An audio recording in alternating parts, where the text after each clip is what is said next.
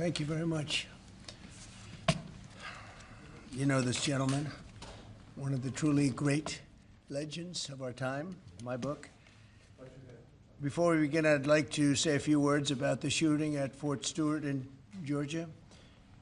As you know, 5 people were seriously wounded and 2 very, very seriously hurt around 11 o'clock this morning. The shooter is now in custody, and the Army Criminal Investigation Division is on site to ensure that the perpetrator of this atrocity, which is exactly what it is, will be prosecuted to the fullest extent of the law. The entire nation is praying for the victims and their families, and hopefully they'll fully recover, and we can put this chapter behind, but we're not going to forget what happened. We're going to take very good care of this person that did this, horrible person. This afternoon, we're pleased to welcome to the White House one of the great and most esteemed business leaders and geniuses and innovators anywhere in the world, Apple CEO Tim Cook. It's an amazing job. Thanks as well to Secretary of the Treasury Scott Bessent and Secretary of Commerce Howard Lutnick for being here, wherever you may be. Oh, there you are. Hello, fellas. I missed you. Today, Apple is announcing that it will invest $600 billion, that's with a B, in the United States over the next 4 years. That's $100 billion more than they were originally going to invest. And this is the largest investment Apple has ever made in America and anywhere else. And it's just an honor to have you. As you know, Apple's been an investor in other countries a little bit. I won't say which ones, but a couple. And they're coming home. $600 billion, it's the biggest there is. The company is also unveiling its ambitious new American manufacturing program, which will bring factories and assembly lines across our country, all roaring to life. Areas that were not doing so well are doing very well. We have about $17 trillion coming into the United States, which is more than ever before. That's never even come close. There's never been anything like it. Even you, that's even a lot of money for you. But we have commitments of more than $17 trillion. That was as of a couple of weeks ago. These investments will directly create more than 20,000 brand new American jobs and many thousands more at the Apple suppliers like Corning, Broadcom, Texas Instruments, and Samsung, who all deal in that world. As part of this historic commitment, Apple will massively increase spending on its domestic supply chain for the iPhone and will build the largest and most sophisticated smart glass production line in the world in Harrodsburg, Kentucky, which is a great, actually, I did very well there. I like it because I see I did very well there. I did very well in Kentucky, but it's a great place. You're going to be very happy. I thought maybe while we're up, I'll interrupt my own speech by you might show them a little bit about the product that you're going to be doing in Kentucky, Tim. Absolutely. Do you mind if I step over Yes, here? please. This box was made in the U.S., California, and this glass comes on the Corning line. It's engraved for President Trump. It's a unique unit of one. It was designed by a U.S. Marine Corps corporal, a former one, that works at Apple now. That's good. He's done well. Designed it for you. And the base comes from Utah and is 24 karat gold. And it sits, I'll take the liberty of setting it up. Wow.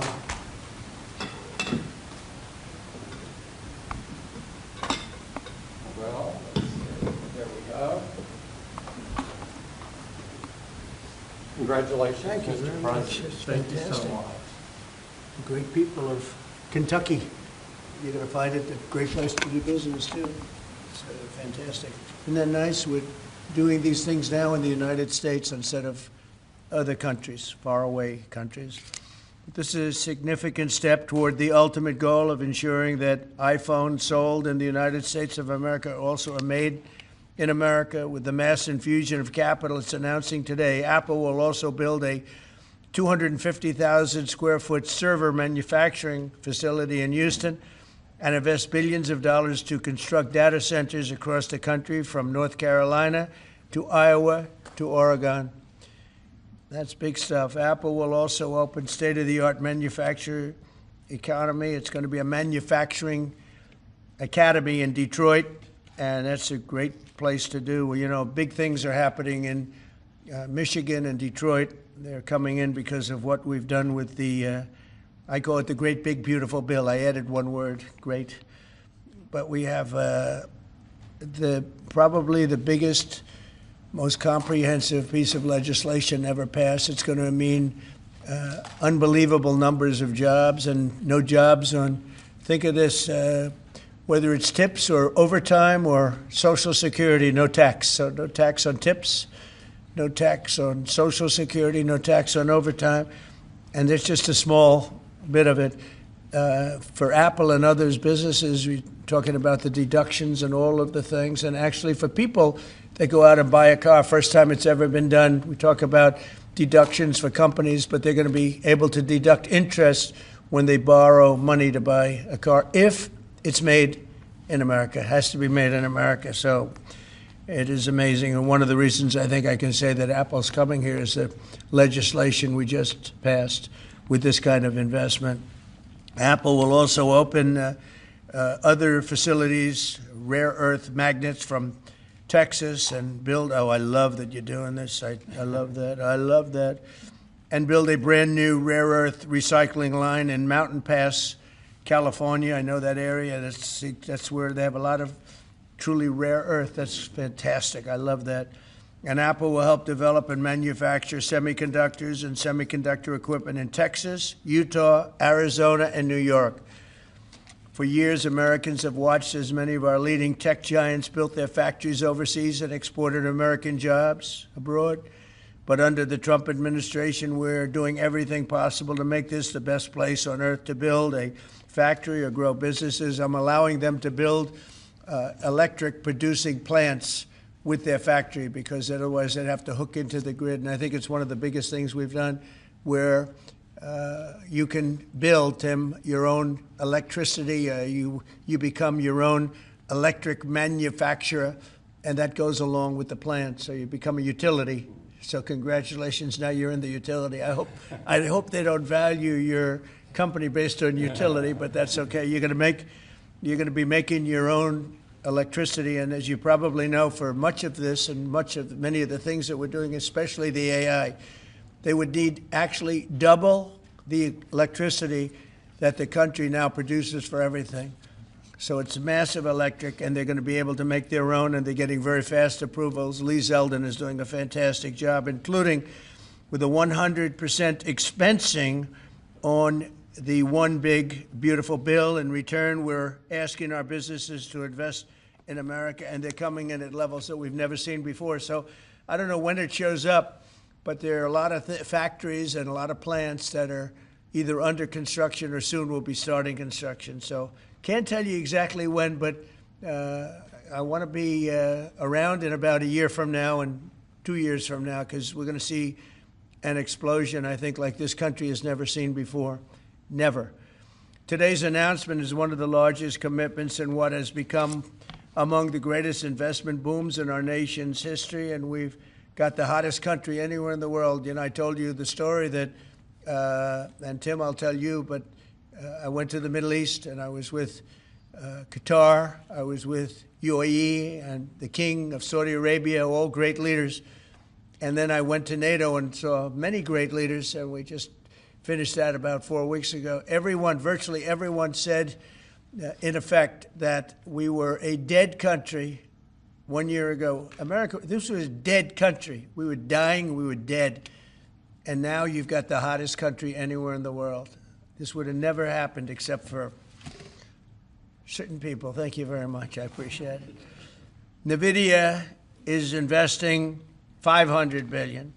To go along with Apple, $600 billion. $600 billion. Micron, great company, is investing $200 billion. IBM is investing more than $150 billion. SoftBank is investing substantially more than $100 billion. TSMC is investing $200 billion. Johnson & Johnson, $55 billion. Merck, Stellantis and General Motors are putting many, many billions in. They haven't determined the final number. And many other countries are investing tens of billions of dollars that I'm not going to give you the whole list because the list is too long to read. But it's hundreds of billions and even trillions. I mean, it's trillions of dollars is being invested right now. Last week, it was announced that our economy grew at 3% in the second quarter, and consumer confidence is surging. Blue-collar wages are rising rapidly. Costs are way down. You know, I listen to these horrendous frauds on CNN and various other fake news networks, and they say costs are up. No, costs are down. Gasoline is down. It's going to soon, I believe, be less than $2 a gallon. It's around $2.40 right now, many places, other than California where they tax you out of business, but and a couple of others. But gasoline is way down. The price of groceries are down. How about eggs? When I first came here, my first week, the press hit me very hard on eggs. Eggs had quadrupled or something. I said, I didn't know about it. Give me a chance. I've just been here for 4 days. Well, eggs are down. Everything's down. Price is down. The only thing that's up is stock prices. That's really up, and that's through the roof. The stock market has been hitting all-time records, all highs. Last week it was announced that our grew at levels that we haven't seen in a long time, but the real levels of growth are going to be judged in a year from now when you start seeing some of these incredible plants, because we have car plants opening. They're coming in from Canada, from Mexico, and from all over the world. And they're coming in because they like the way the election worked out, but they also like the fact that they don't want to pay tariffs. And the tariffs, I think, will be we're taking in hundreds of billions of dollars in tariffs. I won't be so specific other than to say, because we don't even know what the final number is. We just made a deal, as you know, with the EU where they're paying hundreds of billions of dollars. Japan paying hundreds of billions of dollars, and numerous other countries paying hundreds of billions of dollars. And we're not even completed there. And as you know, they found $25 billion 3 weeks ago. They said, we have a surplus of $25 billion. And they said, where did this come from? I said, check the tariffs. And they checked. They said, you're right, that's where it came from. And we've really just started. This is just in its infancy. So we have a great country. We have a country that is going to be very rich. It's a country that we're very proud of, but it's going to be very rich. And it's companies like Apple, they're coming home. They're all coming home. And we want them to come home. They have to come home. We're going to treat them really well. We're going to be putting a very large tariff on chips and semiconductors. But the good news for companies like Apple is if you're building in the United States or have committed to build, without question committed to build in the United States, there will be no charge. In other words, we're not going to be charging. So a lot of countries, a lot of companies are leaving various other places and they're coming to the United States. So in other words, we'll be putting a tariff on of approximately 100% on chips and semiconductors. But if you're building in the United States of America, there's no charge, even though you're building and you're not producing yet in terms of the big numbers of jobs and all of the things that you're building. If you're building, there will be no charge. So I just want everyone to know that. And I didn't even tell you that inside. We discussed the concept, but I didn't. So it's a big factor. So 100% tariff on all chips and semiconductors coming into the United States. But if you've made a commitment to build, or if you're in the process of building, as many are, there is no tariff. Okay? If for some reason you say you're building and you don't build, then we go back and we add it up, it accumulates, and we charge you at a later date. You have to pay, and that's a guarantee. So that's a big statement, and I think the chip companies are all coming back home. They're all coming back. You know, we started with Intel, and gradually Intel was just taken over the coals. They were taken to the cleaners, frankly, and moved to other places, in particular Taiwan. But I think a lot of those companies are coming back, and they're coming back very rapidly. So that's a big statement. 100% tariff. I want to thank you very much. Tim, would you like to say a few words about your company, please? Good afternoon, everyone. Mr. President, thank you very much for having me here today. You've been a great advocate for American innovation and manufacturing, and I'm grateful for your leadership and your commitment. That's a commitment we share at Apple because American innovation is central to everything we do. Our products are designed here, we're hiring and growing here, and we support 450,000 jobs with thousands of suppliers and partners in all 50 states. Earlier this year, we made our largest ever spending commitment, $500 billion to the U.S. over the next 4 years. That's already yielding results. Earlier this year, we broke ground on a new factory in Houston to make advanced AI servers. And just last month, the very first test unit rolled off that factory's line, proudly made in America. President Trump shared some kind words about that work, but he also asked us to think about what more we could commit to doing. And Mr. President, we took that challenge very seriously. I'm glad to be here with you today, and I'm very proud to say that today we're committing an additional $100 billion to the United States, bringing our total U.S. investment to $600 billion over the next 4 years. As a part of this, we're launching Apple's American Manufacturing Program. It will spur even more production right here in America for critical components used in Apple products all around the world. And we're thrilled to announce that we've already signed new agreements with 10 companies across America to do just that. First, with today's announcements, I'm proud to say that Apple is leading the creation of an end-to-end silicon supply chain right here in America, from design to equipment to wafer production to fabrication to packaging. In Texas, we're working with manufacturers like Texas Instruments, Global Wafers America, and Applied Materials. We're working with Amcor in Arizona and Broadcom and Global Foundries in New York. Thanks to President Trump's vision, and with his help in his first term, we also led the way to bring TSMC to Arizona by committing to be their first and largest customer. Today, they're producing tens of millions of chips for Apple using one of the most advanced process technologies in America today. We're going to keep working with our suppliers to move even more of this incredibly advanced work to America. And this year alone, American manufacturers are on track to make 19 billion chips for Apple in 24 factories across 12 different states. Second, we're committed to buying American-made advanced rare earth magnets developed by MP Materials, which will become part of Apple's devices shipped around the world.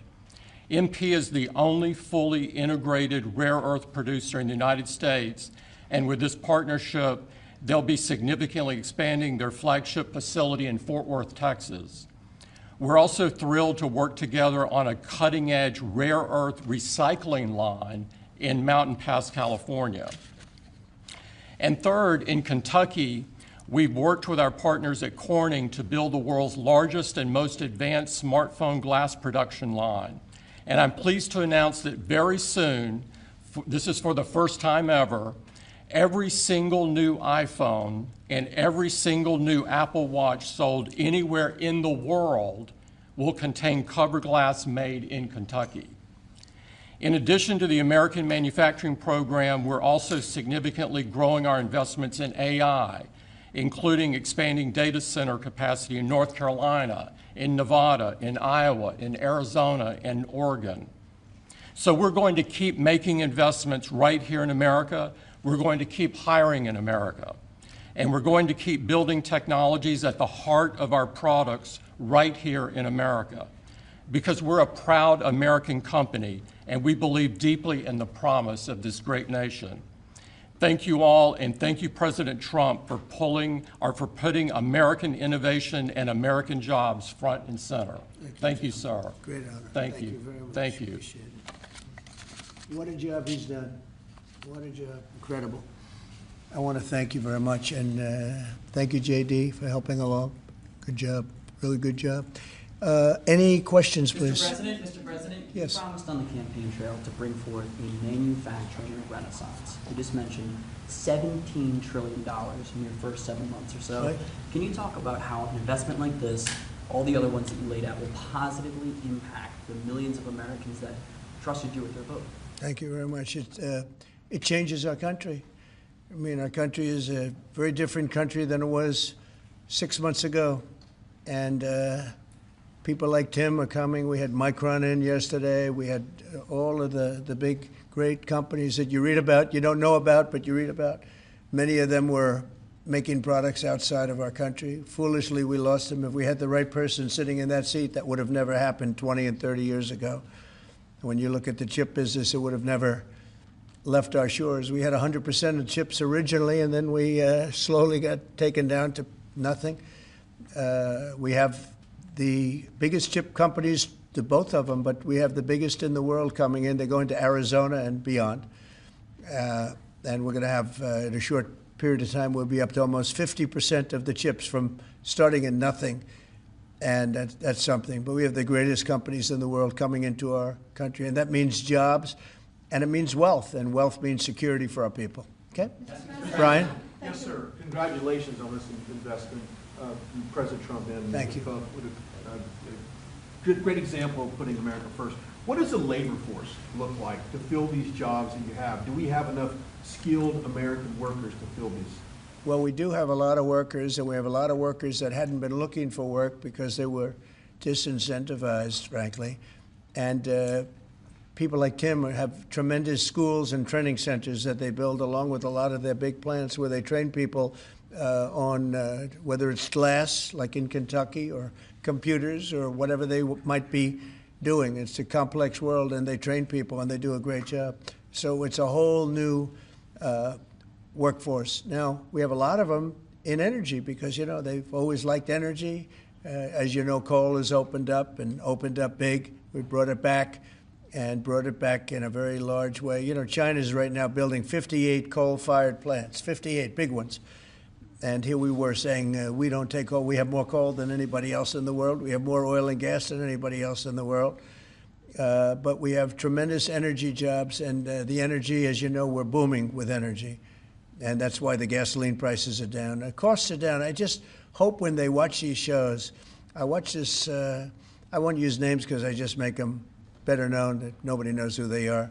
But I watch this group of people on CNN and MSDNC too, the same thing, where they say, well, costs have gone up. Costs haven't gone up, they've gone down. I'm telling you, the thing that's gone up is stock prices, and success of our country. Our country is really, really doing well, successful. Yes, ma'am? Yes, Mr. President, have Putin and Zelensky agreed to a summit yet? And where and when would that be? Well, there's a very good prospect that they will. And we haven't determined where, but we had some very good talks with President Putin today. And there's a very good chance that we could be ending the round, ending the end of that road. That road was long and continues to be long, but there's a good chance that there will be a meeting very soon. How close do you think you are to a deal? Excuse me? How close do you think you are to some kind of deal? Well, I don't want to say. I've been disappointed before with this one. You know, we've solved 5 wars, plus add to that Iran, where we wiped out their nuclear capacity for weapons. They would have had a weapon within 2 months, maybe less, and that was totally obliterated. It turned out it was a total obliteration, and the pilots and the people that did that job are really, we have the greatest armed forces in the world, but that was really something. In fact, there's a model of the plane right there. So, you got to bring that up, Susie. We have to see that. Look at this. This was just given to me. You know, we ordered brand new B-2 bombers. This is a plane that over a period of 36 hours of constant flying. Look at this. So this is the brand new one they just ordered. Similar, but actually quite different. It's new and enhanced. It's an amazing machine. It went 36 hours. We had 52 tankers up in the air loading up our planes because this was surrounded by F-22s and F-35s, and it was flawless. Tim. Even you would say it was flawless. And every one of those bombs hit their target. And then we had Tomahawks shot in from a submarine 300 miles away, and they hit every single Tomahawk hit its target. It was amazing. And that was a big threat. That was a nuclear threat. And here's the new one that we just ordered, a large number of them. I'll put it on. Mr. President, what was the breakthrough today? Did Vladimir Putin make some kind of concession that he hasn't been willing to make before? I don't call it a breakthrough. I mean, we've been working on this a long time. There are thousands of young people dying, mostly soldiers, but also, missiles being hit into Kiev and other places. But in terms of soldiers, I think Russia's lost over 20,000 since the beginning of the year. 20,000.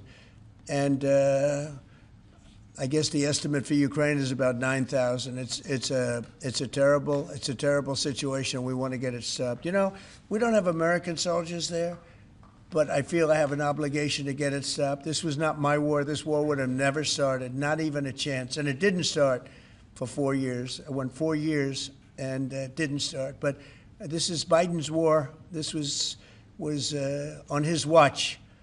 And it's funny.